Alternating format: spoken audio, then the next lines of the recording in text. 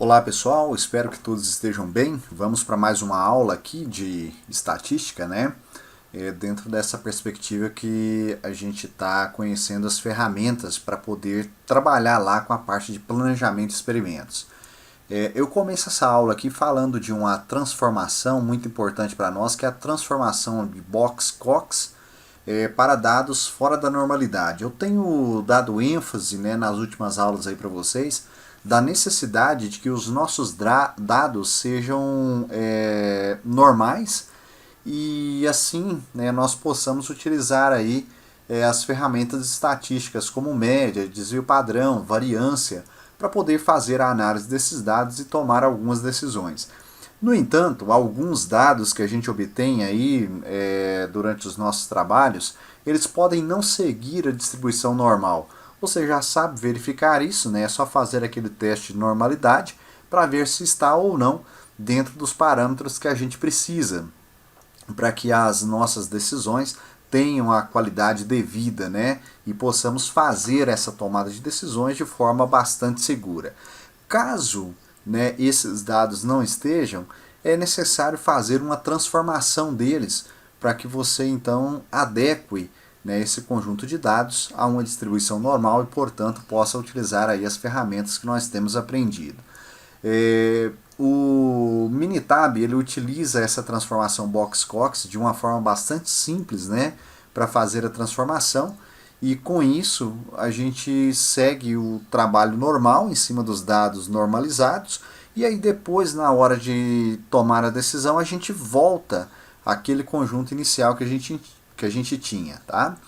Bom, veja bem, então aqui ó, a ideia é, você tem uma distribuição que não é normal, ela tem lá os vários elementos, né, de x1 até xn, você vai fazer uma transformação de Box-Cox sobre ela, e aí agora você tem um novo conjunto de dados, né, que eu estou chamando aqui ó, de x'1 até x'n, em que esses dados aqui ó, eles seguem essa distribuição normal. E aí aqui nós podemos trabalhar, né, com esses dados de acordo com o que nós temos aprendido.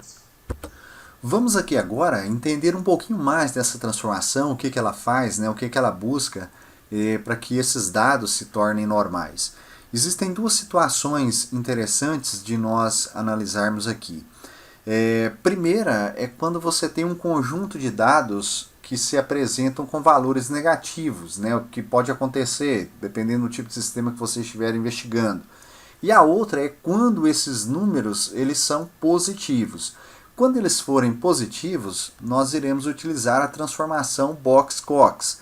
Né? Quando eles forem negativos, aí a gente vai utilizar uma outra transformação, a transformação conhecida como transformação de Johnson. Né? O Minitab também faz essa transformação aí, né, de forma bastante simples. No entanto, aqui no nosso curso a gente vai trabalhar só com respostas negativas, só com valores positivos. E aí então nos interessa apenas essa transformação de Box-Cox que eu apresento aqui para vocês. Bom, o que acontece, né, durante essa transformação? Você tem um conjunto de dados original aqui, ó, representado por esse xi, e você vai transformar ele num outro conjunto representado aqui por x'I, e para realizar essa transformação nós temos que descobrir aqui ó, um valor de um expoente, né, para eu aplicar ele a cada um dos dados do meu conjunto e poder realizar essa transformação. Então esse expoente aqui ó, dentro da transformação Box-Cox, ele é representado por esse lambda, né, que aqui está. E aí vai ser interessante com relação ao seguinte, ó, quando esse lambda for diferente de zero, né, aí você vai ter uma transformação de cada um dos seus dados em alguma coisa relacionada com uma potência. Tá? Agora, se o seu lambda encontrado para o conjunto for igual a zero, aí você não vai trabalhar mais com potência, você vai trabalhar aqui com logaritmo. Pode ser o logaritmo natural ou pode ser também o logaritmo na base 10, aplicado sobre cada um dos valores. Tá? Então isso daqui é muito importante para nós. Eu coloquei aqui do lado para vocês uma tabelinha de acordo com o valor que a gente vai encontrar nessa transformação. Já já você vai ver na forma de um exemplo como é que a gente toma as decisões com relação a isso daqui. Então veja só, destaco aqui, ó, lambda igual a zero. Aqui está o lambda, né? Eu fiz lá, peguei o meu conjunto de dados, fui lá no Minitab, encontrei na transformação de Cox que o meu lambda é igual a zero. O que o Minitab vai fazer? Ele vai aplicar aqui, ó, essa transformação para mim. Ó. Ele vai pegar o ln, vai aplicar a cada um dos valores de xi e nós iremos obter valores de x' i, né, para cada um daqueles correspondentes que lá estão. Agora, se for diferente, né, de zero, aí você vai ter o quê? Aí você vai ter que trabalhar com aquela questão das potências. Olha só para você ver. O lambda é igual a 2 positivo. O que você vai fazer? Você vai pegar cada valor de xi e elevar ao quadrado. Aqui está o lambda para você. Perfeito?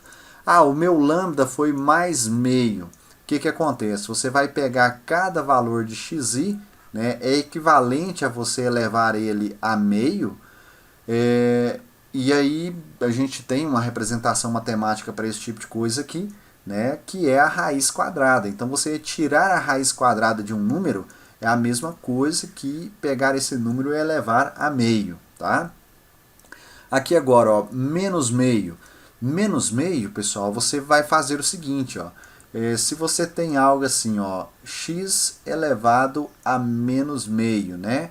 Isso aqui é a mesma coisa que 1 sobre x elevado a meio. Ou seja, é a mesma coisa que você pegar 1 sobre a raiz quadrada desse número.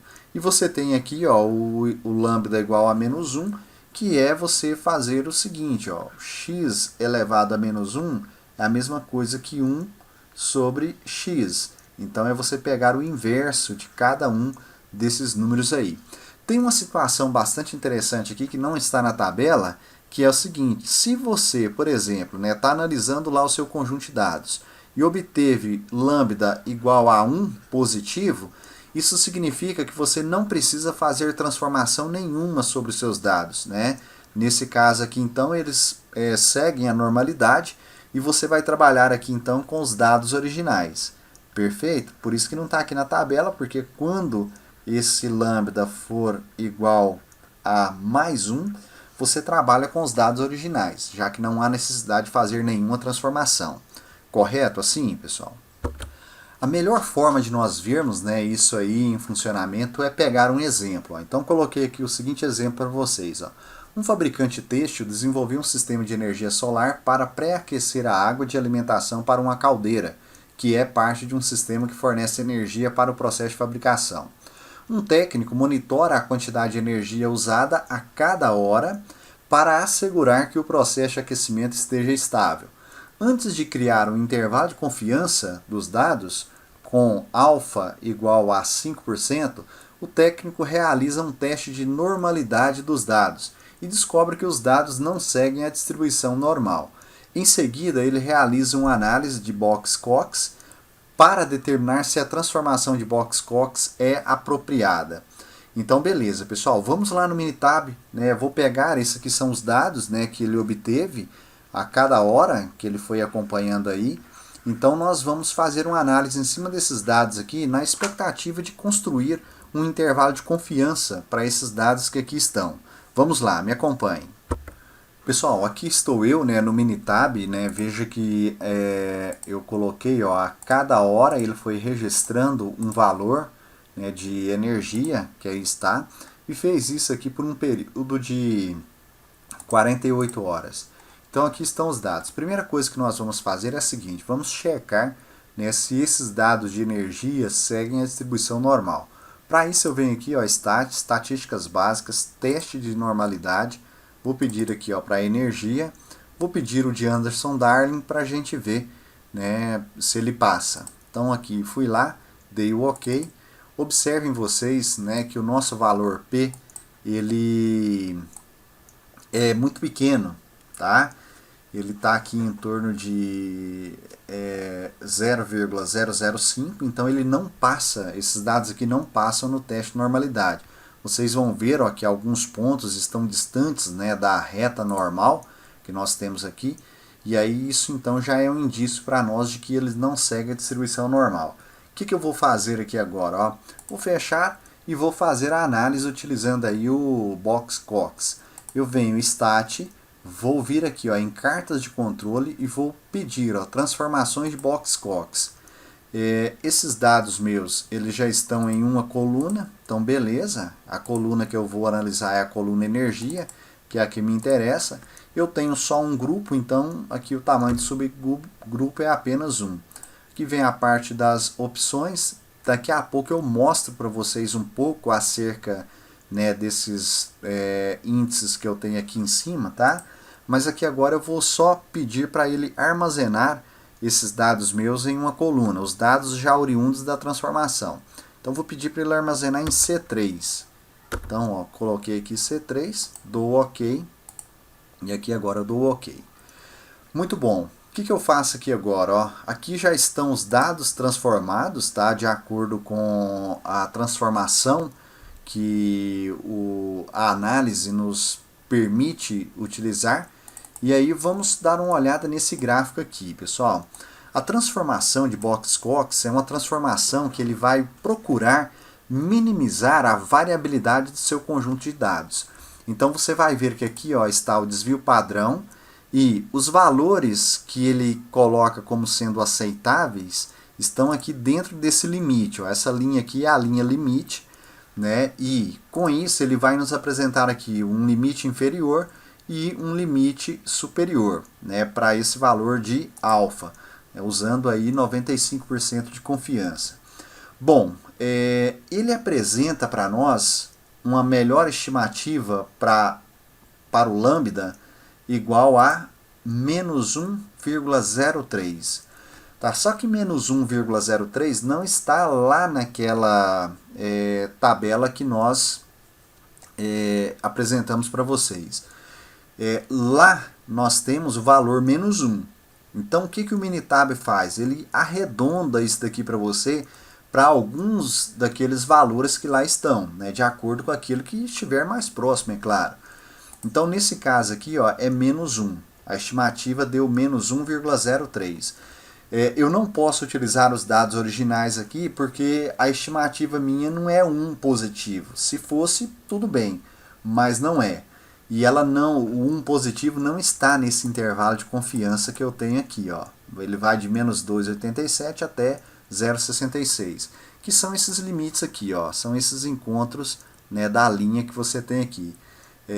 Não sei se você consegue perceber, né, aqui está o limite de 0,66 e aqui ó, você tem o limite de 2,87. Então você pode fazer aí no seu... pega o arquivo que eu te mandei e você pode fazer isso daqui tudo para você ir comparando, tá? E aí ó, o ponto mais baixo, né, ou seja, o ponto que vai te propiciar o menor desvio padrão, é esse daqui, ó, de menos 1,03 para lambda. Perfeito? O valor arredondado é esse daqui, ó, de menos 1. Vamos lá na nossa tabela para a gente ver que tipo de transformação ele está recomendando aqui. Pessoal, vejam vocês né, que quando eu olho aqui ó, para um valor de lambda de menos 1, o que ele pede para eu fazer é pegar o inverso de cada um daqueles dados meus que eu tenho lá, para eu poder então transformar esses dados meus numa distribuição normal. Tá? Então vamos lá no Minitab para a gente trabalhar mais um pouquinho em cima disso. Aqui estou novamente no Minitab, né? Então essa parte que a gente já pode fechar, já tiramos as informações que precisavam. E aqui ó, ele vem e coloca para nós né, o valor do 1 sobre cada um dos valores, né, já para todos os dados que aí estão. Só para você ver né, que é verdade isso daí, eu vou pegar aqui na C4 e vou programar essa célula. Tá? O que eu vou colocar aqui? Ó? Eu vou colocar o seguinte, já que o lambda menos 1 quer dizer que é 1 sobre aquela expressão que a gente tem, então eu...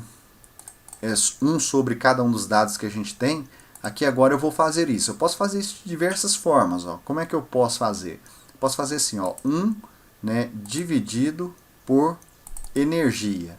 Aqui está, dou OK, você vai ver que os valores batem. Ó, tá? Deixa eu mostrar para vocês uma outra forma de eu programar isso daqui. eu posso fazer o seguinte, eu posso pegar, ó, energia, né, elevado a menos 1. Então aqui, ó, eu venho, dou OK. Opa, só teve um probleminha aqui. Deixa só eu ajustar isso. Colocar aqui um elevado, parêntese, e aqui eu coloco menos 1. Aqui agora eu dou OK. Vejam vocês que eu cheguei, né, no mesmo valor. Então ele, né, te indica qual que é o melhor valor e já faz essa transformação para você. Agora, a melhor estimativa é o menos 1,03, né? Ele arredondou para menos 1. Se você não quiser arredondar para menos 1, você pode fazer esse ajuste aqui, ó. Por exemplo, eu venho aqui, ó, na parte Stat, cartas de controle, venho aqui em opções e vou pedir, ó, aqui está, ó, o lambda ideal ou arredondado. Eu vou colocar aqui, ó, o valor de menos 1,03, tá? E vou pedir para ele jogar esses valores para mim lá em C6, que é a próxima que eu tenho desocupado. Tá? Então, olha só, o que eu estou fazendo? Eu estou sendo muito rigoroso aqui. Eu estou pegando aqui, ó, a estimativa real, né, que ele colocou, né, que vai fugir lá daquela tabela, mas se você quiser fazer, você pode fazer sem problema nenhum. Dou aqui o OK e ele já vem e coloca isso daqui para a gente. Ó. Então, esses são os valores se você calcular os seus XI da seguinte forma. 1 sobre xi elevado a menos, no caso xi elevado a menos 1,03, ou senão 1 sobre xi elevado a 1,03. Perfeito? Você chegaria nesse valor aqui. Mas a gente geralmente trabalha com esse valor arredondado aqui, de acordo com o que ele nos propõe. Veja só, pessoal. Aqui agora, ó, a gente vai fazer o seguinte, vamos vir e testar a normalidade desse conjunto de dados, né, que nós obtivemos lá em C3. Então, teste de normalidade.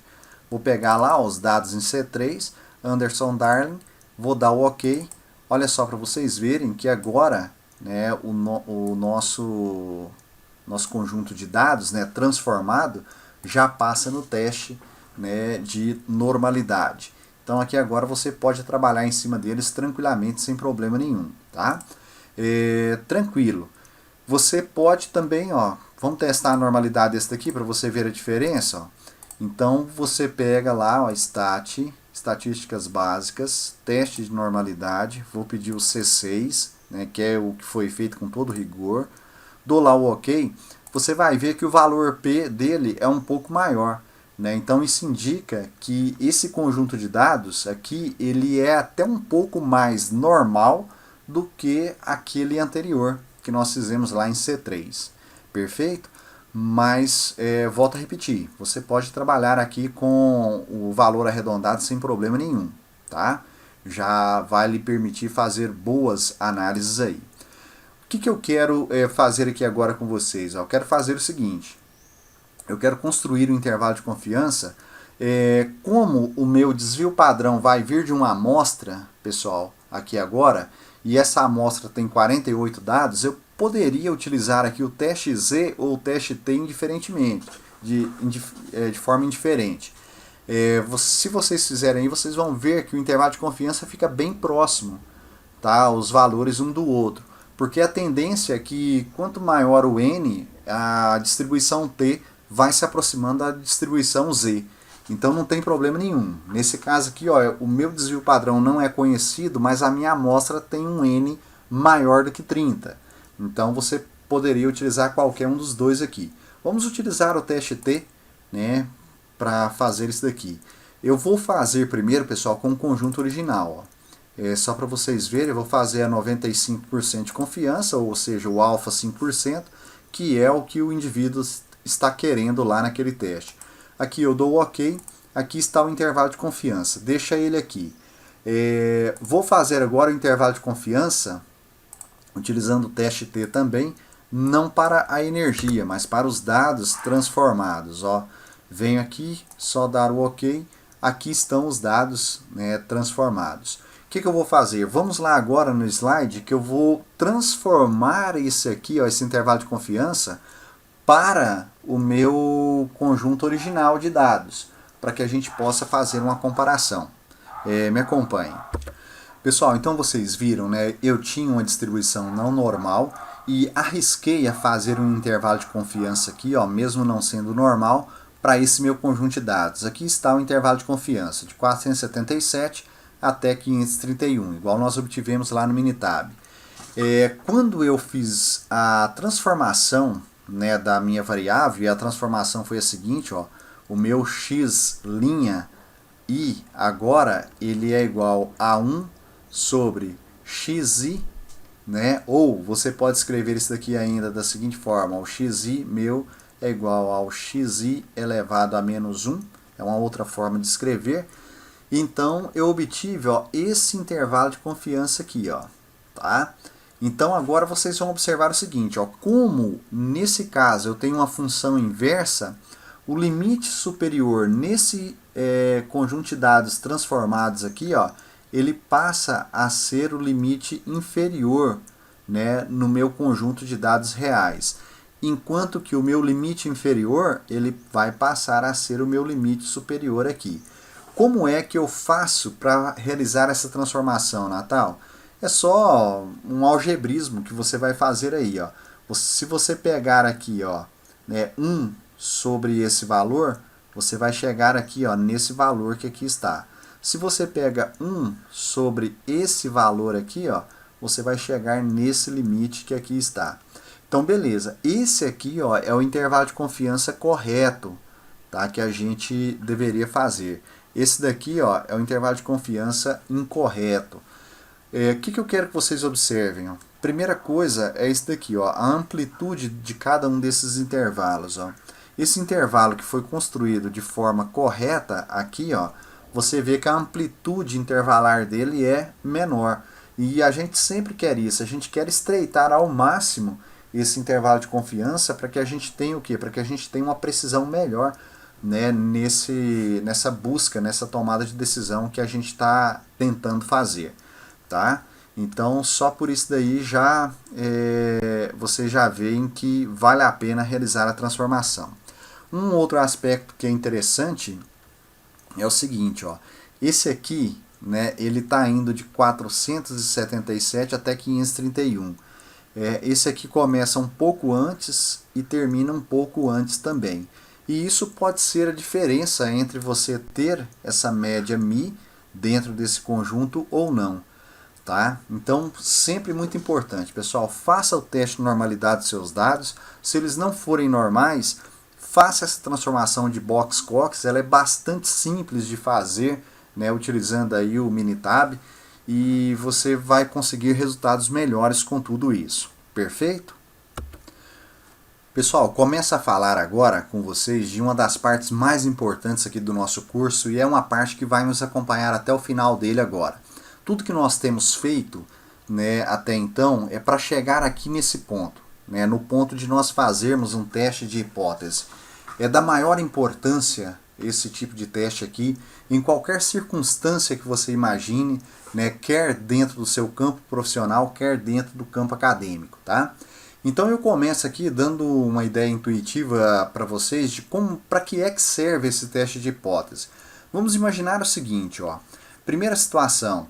Você está substituindo o processador A pelo processador B, né, de forma a esperar que altera-se o tempo de resposta de um computador. Você só pode dizer que há alteração ou não da troca de um pelo outro se você fizer um teste de hipótese. Uma outra situação, aumentando a dosagem de cimento, aumenta-se a resistência do concreto. Então, beleza, você tem lá, dosagem aumentou, faz lá um teste numa dosagem X, faz outro teste numa dosagem Y. Mede a resistência lá na condição X, mede a resistência na condição Y. Obviamente elas vão dar diferente. Agora, essa diferença, né, é suficiente para você falar que a dosagem maior, né, fez com que a resistência fosse maior? uma campanha publicitária produz efeito positivo nas vendas. Então você pega vendas antes e depois, vê a diferença. Será que a diferença foi significativa? Tá? Ou essa diferença se deve apenas ao caráter aleatório das vendas, né? Aqui mais um exemplo, a implementação de um programa de melhoria da qualidade em uma empresa prestadora de serviços melhora a satisfação de seus clientes. Então vai lá, monta um questionário, satisfação antes e depois desse programa de melhoria. E verifica, né, através de um teste de hipótese, se eles são realmente significativos ou não. Tá? A ideia por detrás do teste de hipótese ela é bastante lógica e intuitiva. Vamos pegar aqui algo que a gente já conhece. Né? Há um tempo atrás aí, eu mostrei para você que, por exemplo, se eu pegar aqui essa área, né, entre mais ou menos 2 desvios padrão em relação à média, né, você vai ter uma área de aproximadamente 95%, tá? Dos seus dados. Então, tudo que acontecer, né, qualquer valor experimental seu que tiver aqui dentro desse intervalo, você considera como algo pertencente à população modelada por essa função de distribuição que aqui está. Se alguma coisa, né, pisar aqui fora dessa região, tá, nessa região que eu tenho rachurada aqui, aí nós já vamos dizer o seguinte, que a probabilidade, né, desses indivíduos que aqui estão ou acima de +2 ou abaixo de -2 pertencer a essa população entre mais ou menos 2 é muito pouco provável, tá? Então essa ideia é uma ideia importante para que a gente possa entender aqui aquilo que a gente chama de teste de hipótese. Vamos avançar mais um pouco. Bom, vamos começar a relacionar isso com o nosso mundo real, né? Eu coloco aqui para você o seguinte, vamos dizer que eu tenho aqui o problema das duas máquinas. O que seria isso? Vamos supor que você tem uma máquina que produza alguma coisa lá na indústria. E a máquina que você tem, ela apresenta aqui uma média ao longo do tempo igual a 10. Então eu vou falar o seguinte, olha, qualquer valor que tiver aqui entre esses limites que eu estou estabelecendo, eu vou considerar como sendo pertencentes à população de quantidade de peças produzidas por essa máquina que eu tenho. Aí vamos imaginar o seguinte, veio um vendedor até a sua indústria e te propôs o seguinte, olha, eu tenho aqui uma máquina A, né, e tem um outro que tem uma máquina B. E você vai fazer um teste agora para ver se a produção da máquina A e da máquina B é estatisticamente a mesma que da sua máquina, vamos colocar aqui, máquina atual. Beleza, aí o que você faz? Você faz uma série de testes, né? Coloca essa máquina A para trabalhar e vê que os resultados de produção dela estão aqui nessa região. Tá? Então a máquina A produziu quantidades que estão nessa região à esquerda. Enquanto que a máquina B, né, produziu aqui resultados de produção que estão aqui nessa região. Qual que é a conclusão que a gente vai tirar? A conclusão que a gente vai tirar é o seguinte, olha, a produção tanto da máquina A quanto da máquina B não pertence à população de produção da máquina atual. Por quê? Porque as quantidades de peças produzidas estão da máquina B no extremo direito e da máquina A estão aqui no extremo esquerdo. Então esses valores, né, que ultrapassam esse limite aqui, que a gente chama de limite crítico, tá? Nós dizemos que esses valores não pertencem à população, né, que congrega essa parte, essa área central aqui, da nossa distribuição. Então a conclusão aqui é a seguinte, no primeiro momento, máquina A e máquina B apresenta produções diferentes da máquina atual, tá? Essa ideia é importantíssima para nós. Por quê?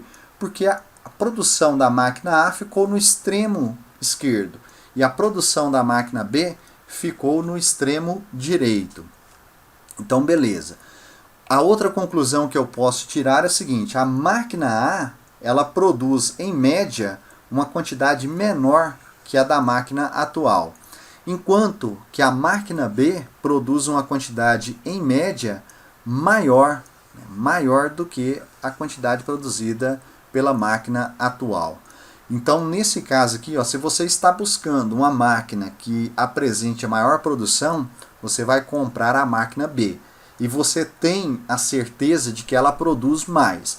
Porque se a produção dessa máquina B estivesse aqui, ó, fosse um conjunto de pontos aqui, você consideraria que estatisticamente ela produz a mesma coisa que a máquina atual. Da mesma forma que se a máquina A tivesse sua produção nessa região aqui, ó, fosse um conjunto de pontos aqui, eu diria que a produção da máquina A também é estatisticamente igual à da máquina atual. Mas como uma está num extremo e a outra está no outro, eu posso dizer que é diferente. E nesse caso aqui, a máquina B apresenta a maior produção, tá? Então seria a máquina melhor nesse caso.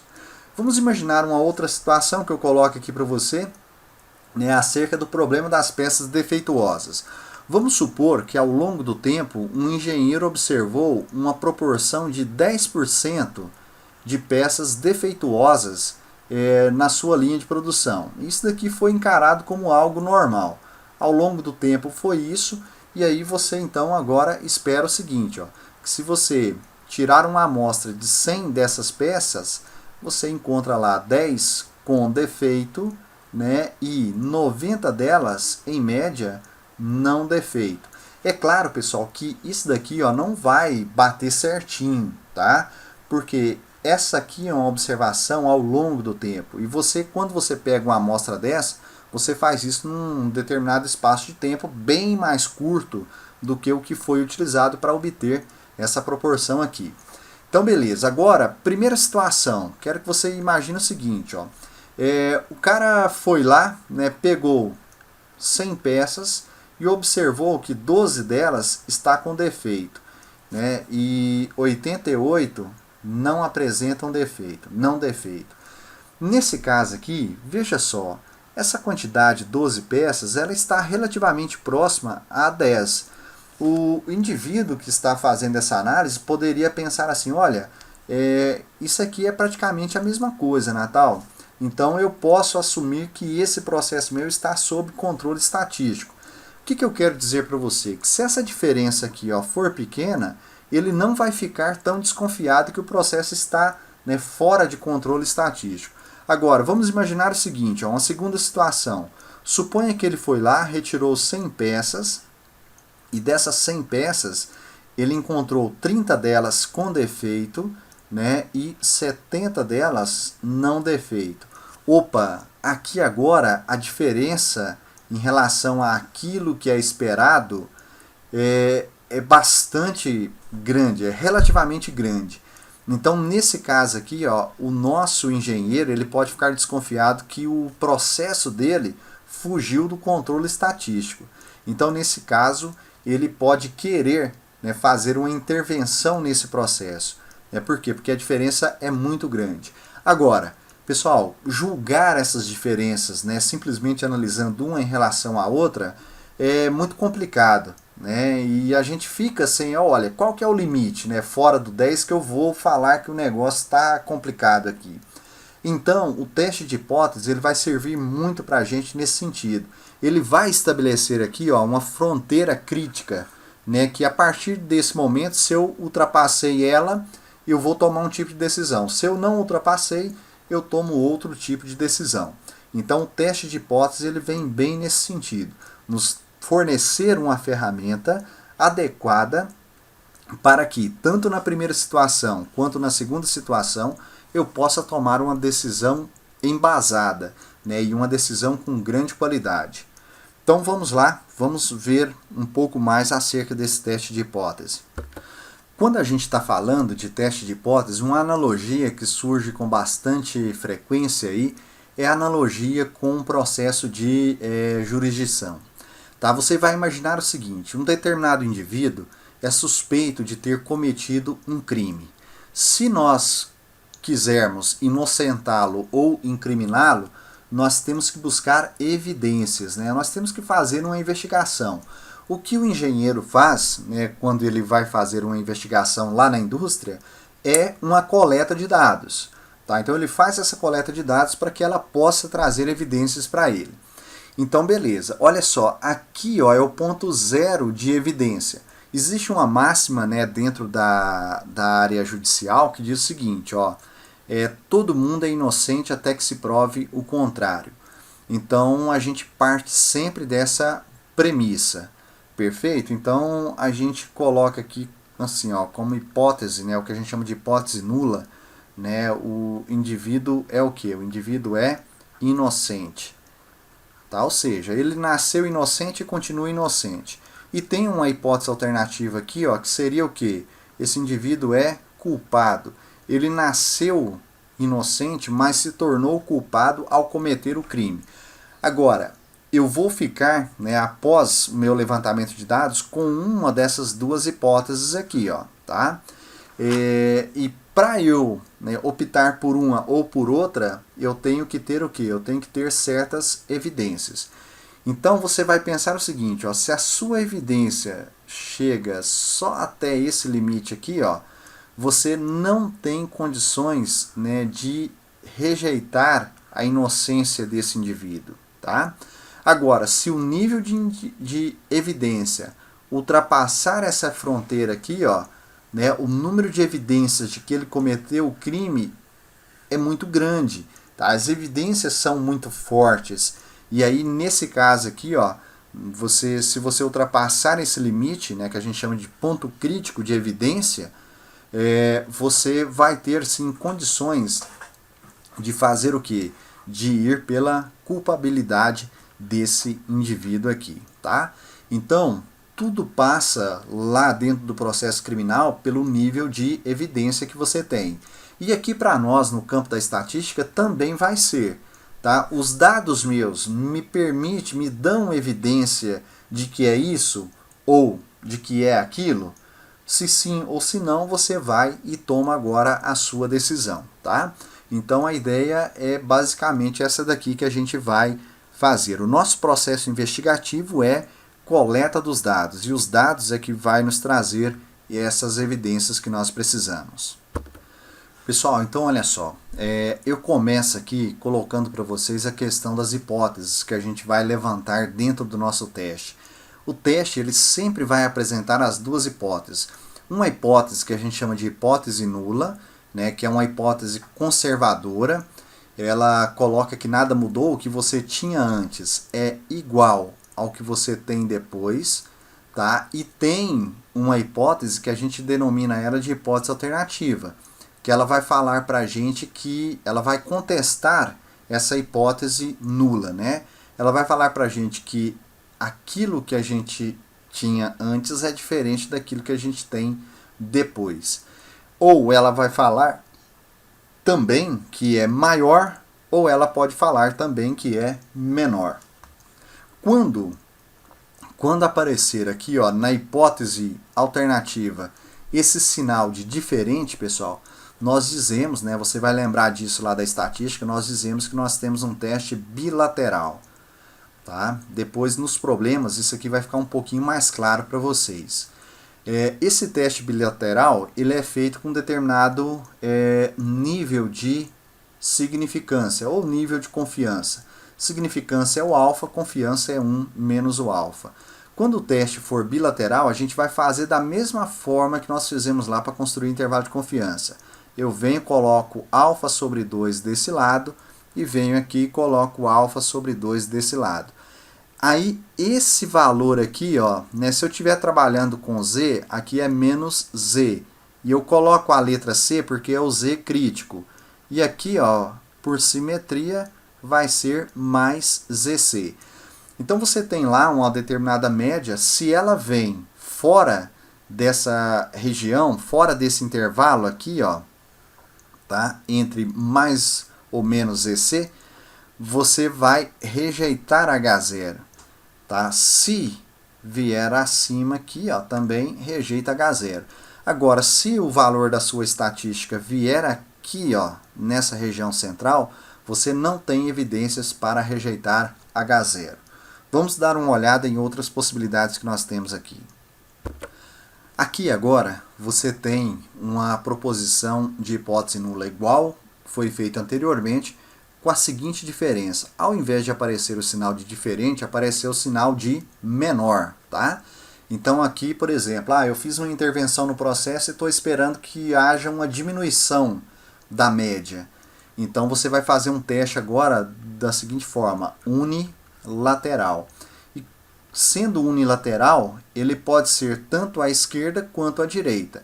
Sempre que aparecer aqui o menor, você está fazendo um teste unilateral à esquerda.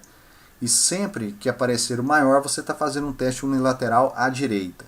Pessoal, no nosso curso, a gente vai trabalhar, né, na parte final que nos interessa aí, que é a parte de otimização, nós iremos trabalhar sempre com testes bilaterais, porque eles acabam sendo mais robustos, tá?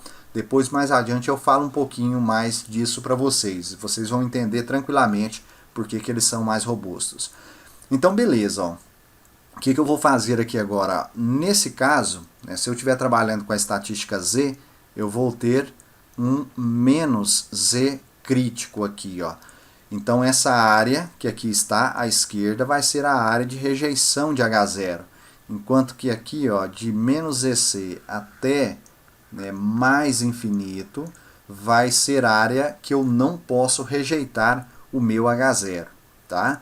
Então vai depender de que posição que a minha estatística se posiciona aqui dentro. Perfeito? Vamos à última possibilidade que nós temos. A última possibilidade para teste de hipótese está apresentada aqui, ó. Ela tem de diferente em relação às outras o sinal de maior, aqui agora. Vamos supor, eu fiz uma intervenção no meu processo e eu quero saber se melhorou, né, a média que eu tenho desse meu novo processo. Então eu vou fazer um teste unilateral agora, ó. Unilateral. Agora, unilateral à direita, né, por causa do sinal de maior. Então sempre que for maior, ali você vai ter o teste unilateral à direita.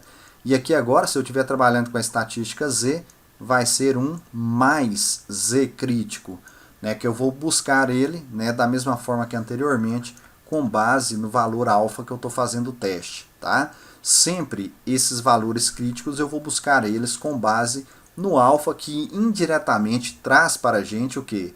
Traz para a gente a questão da confiança, né, que você quer no seu teste. Quando eu faço qualquer teste de confiança, o que é que vai acontecer? Eu sempre vou ter uma confiança limitada. Então, por exemplo, ou o seu teste é de 95% de confiança, ou ele é de 99%, ou ele é de 90%, enfim, pode assumir vários valores. Esses aqui são os três mais comuns. Mas nunca 100%. Tá? Eu nunca faço um teste de hipótese com 100% de confiança. Tá? Não existe isso daí. Quando eu falo para vocês que eu estou fazendo um teste de hipótese com 95% de confiança, isso significa que eu tenho 5% de chance de errar na minha conclusão. Aqui eu vou ter 1% de chance de errar na minha conclusão e aqui eu vou ter 10% de chance de errar na minha conclusão. Esse erro aqui, ó, é para nós o alfa, tá? Que é o que a gente denomina de erro tipo 1. Tá? Então erro tipo 1 e aqui está erro tipo 1. Vou fazer aqui primeiro a analogia com o júri para você entender o que seria esse erro tipo 1. Tá? E aí depois a gente vem aqui para o nosso campo, né? A gente não vai julgar ninguém, a gente vai julgar dados. É uma coisa um pouquinho diferente, mas que guarda certa relação. Então você vai imaginar o seguinte, ó, verdade sobre o acusado. Vamos supor que o acusado pelo crime é inocente. Essa é a verdade. E aí você foi e tomou a decisão de que ele é não culpado.